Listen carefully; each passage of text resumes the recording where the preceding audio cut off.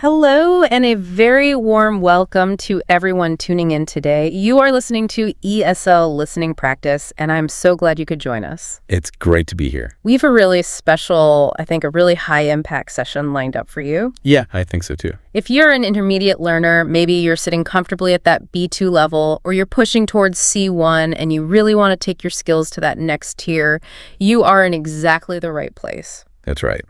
We're two native English speakers, and we've spent, a long time in the world of English education. We've seen students succeed, and, we've also seen them struggle. We have. And our goal today is pretty simple. We want to have a genuine, natural conversation that helps you improve your listening comprehension. But it's not just about that. We're not just chatting about the weather today. No.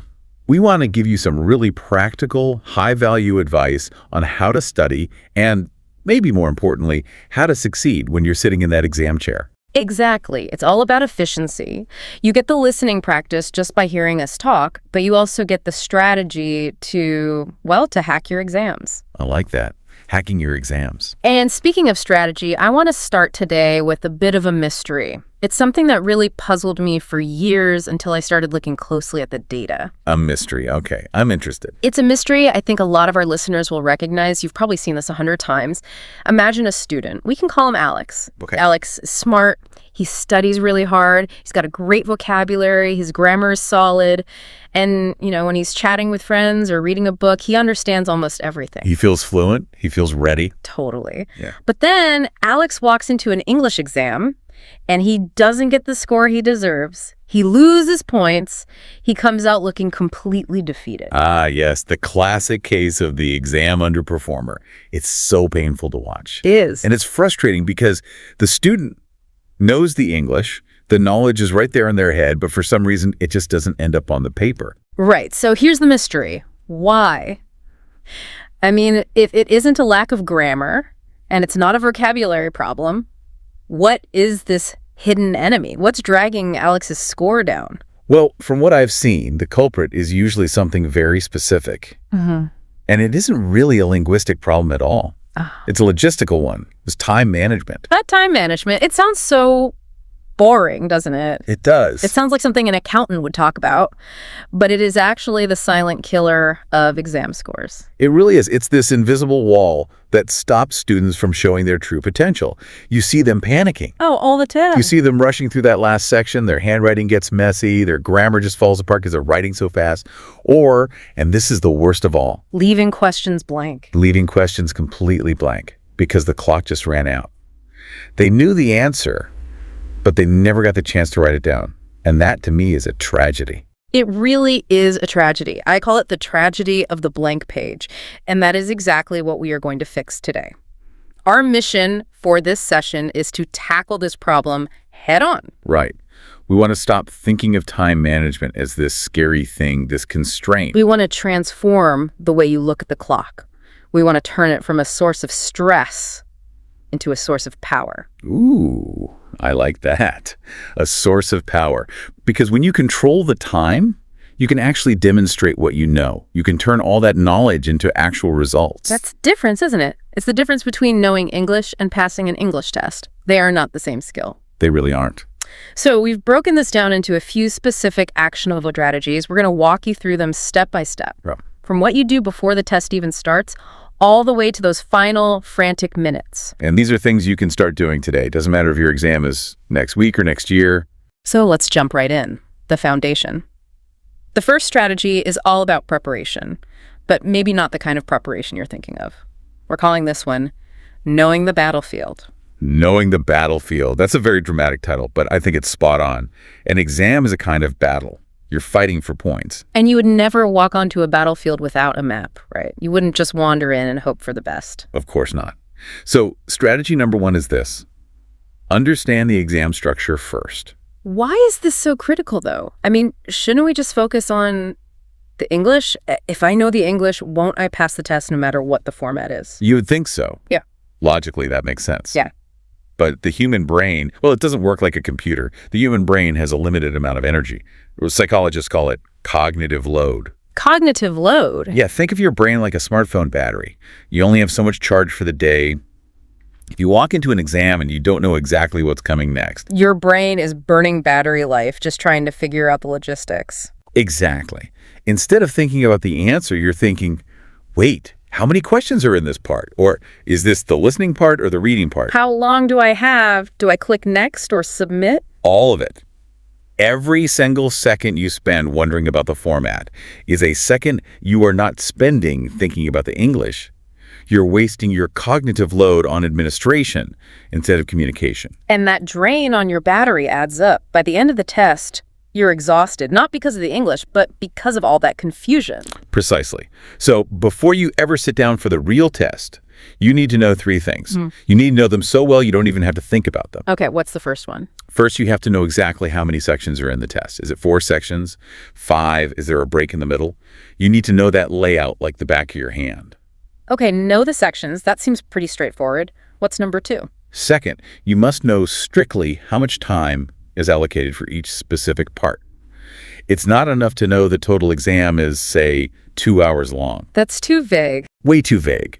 You need to know, okay, section A is 15 minutes, section B is 30 minutes, section C is 45 minutes. You need that internal clock ticking away in the background. That makes a lot of sense. It breaks the big, scary exam down into these manageable little chunks. It doesn't. Instead of a 2-hour marathon, it becomes 4 30-minute sprints. Yeah. That feels so much more achievable psychologically. Totally. And the third key detail. The third one, and I think this is the most important for self-awareness, is identifying which tasks are personally the hardest for you.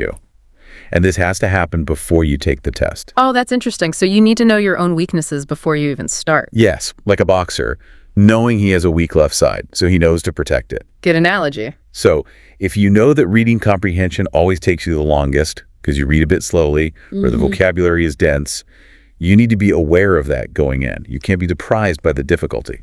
So you mentally prepare for that specific battle. You allocate your energy accordingly. You do. It is 100% psychological. When you understand the structure, nothing is surprising. And when nothing is surprising, your anxiety levels just drop. And we know from a biological standpoint, when anxiety drops, the brain just works better. Exactly. Your brain stays calmer. It works faster because it's not processing new logistical information. It allows for full focus on the English content. You are, in effect, clearing the fog from the battlefield so you can see the target. I love that. Clearing the fog. Okay, so we've prepared. We know the battlefield. We walk in, we sit down, the timer starts. Now we face the next huge challenge. We're calling this one the stuck trap. The stuck trap. This is, without a doubt, one of the most common mistakes students make. It happens to almost everyone. Oh, I've definitely been there. You're cruising along, you're doing fine, you feel great, and then bam, you hit a question that you just don't get. It's like a wall. It is. You stare at it. You read it again, you read it a third time, and suddenly you realize you've been looking at the same page for 5 minutes and you're no closer to the answer. It's such a dangerous trap. It feels like this battle you have to win. You think, I studied this, I know this word, it's on the tip of my tongue. I just saw this in my textbook last week. So you refuse to move on. You just dig your heels in. Stubbornness, right? Yeah. Or maybe fear of leaving a blank space? A mix of both. It's also something economists call the sunk cost fallacy. You feel like, well, I've already spent 2 minutes on this. If I quit now, those 2 minutes were wasted. So I have to keep going to make it worth it. And you spend another 2 minutes. It's a fatal loop for your score.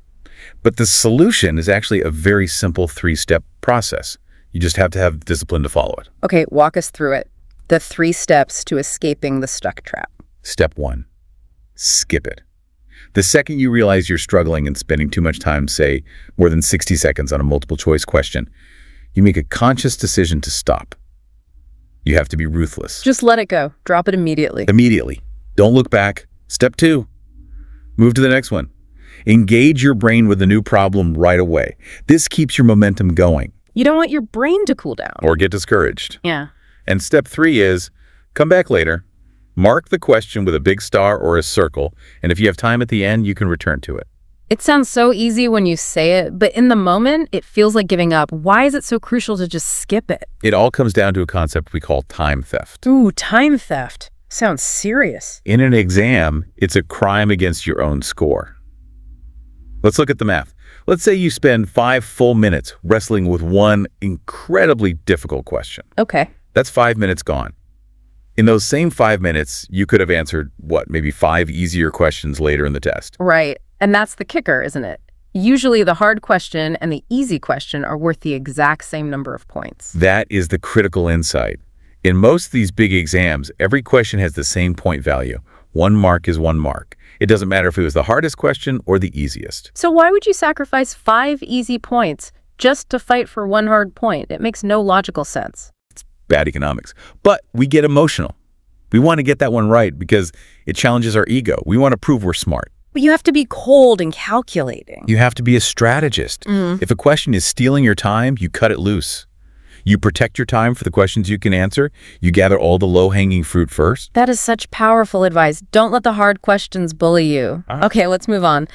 This next area is specifically for the writing sections, which is where students often feel the most time pressure. Ah, yes. The temptation to be a novelist, to be the next Shakespeare. Exactly. So strategy 3 is use simple answers when possible. But I feel like a lot of students think the opposite. They think, I need to write complex, long sentences to impress the examiner. There's a very common misconception. They try to write these beautiful, elaborate paragraphs, these long, perfect sentences with 4 different clauses and advanced vocabulary they just learned yesterday. They think complexity equals proficiency. And why is that so dangerous? I mean, isn't ambition a good thing? Ambition is great in practice.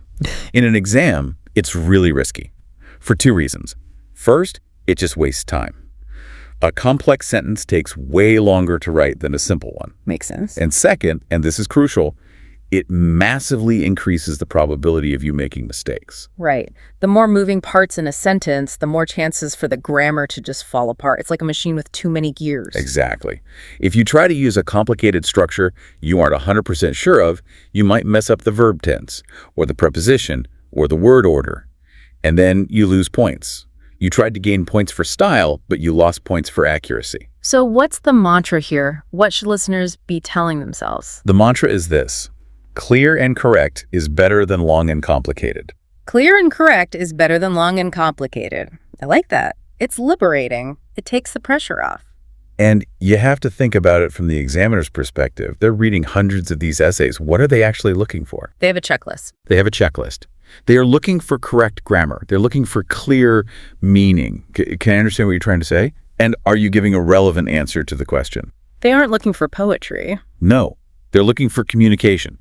If you write a simple sentence that is grammatically perfect and answers the question clearly, you get full marks for that sentence. If you write a long, confusing sentence with 3 grammar errors, you lose marks. It's that simple. It's risk management again. An exam is a risk management exercise. Yeah. You want to minimize your risk. So stick to the grammar you know is correct. Don't experiment on exam day. Great advice. Save the experiments for your diary. Exam day is for execution. Precisely. Okay, let's talk about workflow, how we actually move through the test. Strategy number 4 is start with what feels easier. This one's interesting because most people just go in order. Question 1, then question 2, then question 3. It feels like the law. It feels like the rules, right? You start at the beginning, you end at the end. We don't skip to chapter 5 of a book. But an exam isn't a book. It isn't a novel with a plot. Unless the exam specifically forbids it, you don't have to go in order. So what's the benefit of hunting for the easy stuff first? Isn't that disorganized? Not if it's intentional. Think about an athlete. A runner doesn't sprint at full speed the second they get out of bed. They warm up, they jog. Your brain needs a warm up too. Getting into English mode. Exactly. When you start with easier questions, you're warming up your brain. You're switching the gears from your native language into English. But even more importantly, you're building confidence. And confidence is so key. It changes the whole vibe of the test. It's huge. Imagine the feeling. You sit down, you open the booklet, and you answer 3 questions quickly, and you know they're right. Bam, bam, bam. You feel good. You think, I could do this. And that feeling actually changes your physiology, doesn't it? It does. Confidence is physically linked to thinking faster. When you're confident, you're relaxed, your neural pathways fire more efficiently. But if you start with a super hard question and get stuck, you panic. Panic releases cortisol, the stress hormone. Cortisol literally shuts down the thinking part of your brain. It puts you in fight or flight mode, which is great for running from a tiger, but terrible for conjugating verbs. So by starting easy, you're saving your energy for the hard parts and you're keeping those stress hormones low. You are. You're banking easy wins. You gather points, you gather confidence, and then when you do hit the hard stuff, you have momentum. You're moving fast. That momentum is so important. A brain in motion stays in motion. Okay, so we're flowing through the test, we're skipping hard questions, we're building momentum, but we still have that ticking clock. Strategy number 5 is keep an eye on the clock, but don't panic. This is a very delicate balance. We want awareness, not obsession. Right. I've seen students who look at the clock after every single question. It looks like a nervous hectic. That's obsession. And that's actually distracting. It breaks your focus. It interrupts your flow state. Oh no, 1 minute passed. Oh no, another minute passed. It just creates this feedback loop of anxiety. So what's the better way? How do we monitor without obsessing? We use checkpoints. You establish specific milestones where you check the time. Not every minute. You check after you finish a major section. Can you give us an example? Sure. Let's say you finish the entire reading section. That's a checkpoint. You'll look at the clock and ask, how many minutes do I have left for the writing section? Or, within writing, check the time after you finish task 1, before you start task 2. So it's strategic, it's planned. Yes. It keeps you in control. It prevents that horrible surprise at the end where the proctor says 5 minutes remaining and you realize you have 20 minutes of work left to do. That's the worst feeling in the world. It is. If you check your milestones, you can adjust your speed. You can say, oh, I'm a little behind, I need to speed up. Or I'm ahead of schedule, I can take a breath. It puts you in the driver's seat. You're pacing yourself like a marathon runner. Exactly. Now, all of these strategies, they sound great, but you can't just hope they'll happen on exam day. You have to train for them. Which brings us to strategy 6. Practice with a timer at home. This is the one that students ignore the most. And honestly, it's the most important. If you only take one thing away from this session, this should be it. We need to talk about the difference between studying and exam training. They are not the same thing. Very different. Studying is learning new vocabulary, understanding grammar rules, that's comfortable. Exam training is simulation. Simulation, like a pilot in a flight simulator. Exactly. You wouldn't want a pilot flying your plane if they'd only ever read books about flying, right? No way. You want them to have felt the controls. Your brain needs to get used to the feeling of pressure. If you only ever practice English on your comfortable sofa with a cup of tea, taking as much time as you want, you are going to be shocked in the exam hall. The shock of the real environment, the bright lights, the uncomfortable chair, the clock ticking. People coughing. If you haven't trained for that pressure, you will crumble. So how do we do this brain training? What's the method? The method is strict. Yeah. First, you use real exam time limits. If the reading section is 60 minutes, you set your timer for 60 minutes. Not 65. Not until I finish. 60. Okay. No extra time. Nope, just 1 more minute. Second, and this is huge, do not pause the timer. At home, the phone rings, or you want a snack. You pause the timer. In the real exam, the clock never stops. You need to get used to that relentless forward motion. That's tough. It makes the practice unpleasant. It does add stress. That's the point. You want to experience that stress at home in a safe environment so your brain learns to handle it. You're inoculating yourself against stress. So when you feel it in the real exam, your brain says, oh, I know this feeling. I've done this before. I can handle this. You've got it. And the third part is, do not check your answers immediately. Wait until the entire section is done. Why is that important? Many students do one question, check the answer key. Do another, check the key. That gives you these little dopamine hits. It makes you feel good. But on the real test, you have to go for hours without knowing if you're right or wrong. You have to build stamina for uncertainty. Stamina for uncertainty. I like that. So the outcome of all this is you train both speed and confidence at the same time. Yes, you learn exactly what 60 minutes feels like. You develop an internal clock. So on exam day, it just feels like another practice session. You've been there before. Okay, we're coming to the end of the exam. We've paced ourselves. We've managed the clock. We're in the final stretch. Strategy 7 is leave time to review. This is your safety net. The rule of thumb is try to reserve the last 5 to 10 minutes of the exam purely for review. That feels like a lot of time to sacrifice. That could be a whole paragraph. It feels like a luxury, but it is a necessity. Because this is where you catch the stupid mistakes. Yes. When we're writing quickly, our brains fill in gaps. We might think we wrote checked, but we actually wrote check. We miss an S on a plural. We misspell a word we know perfectly well. So what's the checklist for these final minutes? What are we looking for? First, check spelling.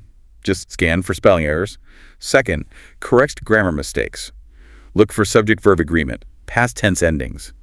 These are easy points to lose, but also easy points to save. And what about those blank questions we skipped earlier? That's the third thing.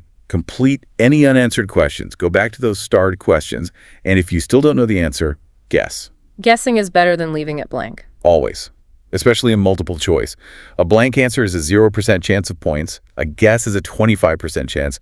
Never leave it blank. So this review time is all about polishing. It's about preventing what you call the tragedy of the unforced error. It is. You did all the hard work, but you tripped at the finish line. The review prevents that. So we've covered a lot of ground today. The structure, the traps, the writing, the workflow, the clock, the training, and the review. It's a whole system.